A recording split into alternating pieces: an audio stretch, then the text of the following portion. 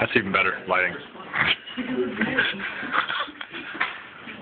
So you've asked the question, how would you define sin? And you give an answer about something that, while they don't understand separation from God, probably, they grasp it to some extent, because they'll say something like going out and getting drunk, whatever it may be. So then you'll just say, well, I'm just going to read this paragraph about what sin is. And you just read, people were created to have fellowship with God, but because of our own stubborn self-will, we chose to grow our own independent way, and fellowship with God was broken. Self-will, characterized by an attitude of active rebellion and passive indifference, evidence of what the Bible calls sin. So then the next question that you ask immediately following that paragraph, and you can write this in, is, have you ever sinned before? So write that in. Have you ever sinned before?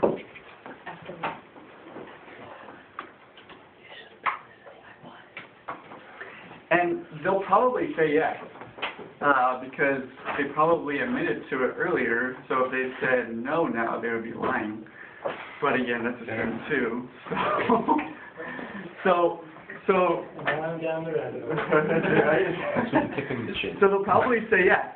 But if they don't, help them, don't force it, but help them to see, yes, there is sin in your life. By asking them questions. By asking, like, what about what you said earlier? That going your own self-will? So help them to just grasp sin in a very gentle, loving way. And then continue to go on and allow them to read the Bible verses, for the wages of sin is death. And then here's the deal. I love metaphors, and my staff guy in college loved metaphors as well. And we would usually share our faith with students in the Shine Student Center. So there would always be a salt shaker, and a pepper shaker on the table.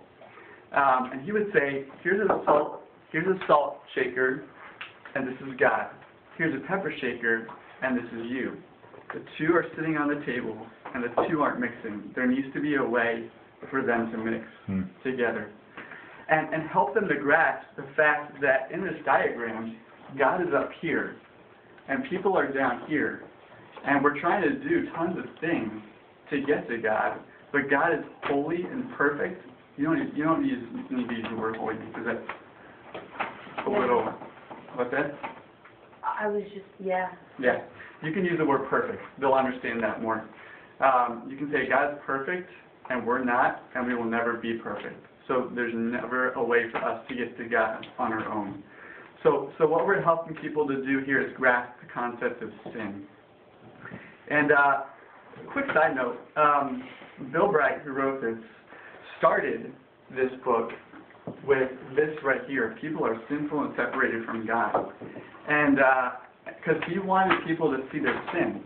But one night, as this was going to print, he was wrestling in bed with this whole entire thing. He was like, God's trying to tell me something and I don't get it. And all of a sudden it came to him. First thing that people need to hear is that God loves them and has an awesome plan for their life. Because if they don't hear that, then they're not going to want to hear the second part. So please, let's make sure we communicate that first part clearly, that God loves them and created them to know Him and has a wonderful plan for their life. And let's reiterate that over and over and over again throughout this entire book. And so, after you communicate sin, you have to communicate again. Well, but God loves us, so He's not going to just leave us there. And then we turn the page, and we say, and this is God's response. This is how God shows His love for us.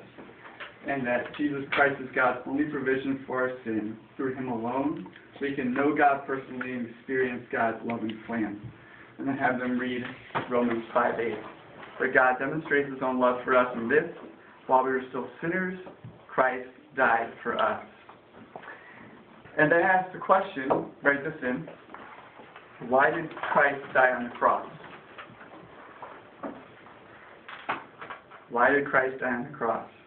And again, this is a chance for them to process. Just like you asked the question earlier, the first one you asked was, how would you define sin?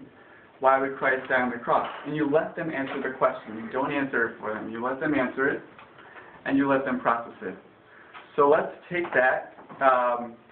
Let's take Law 2, or whatever you call it, sin, that sin page, 4 and 5, and just take it with your partner through that question, why did Christ die on the cross? You guys want to do that now?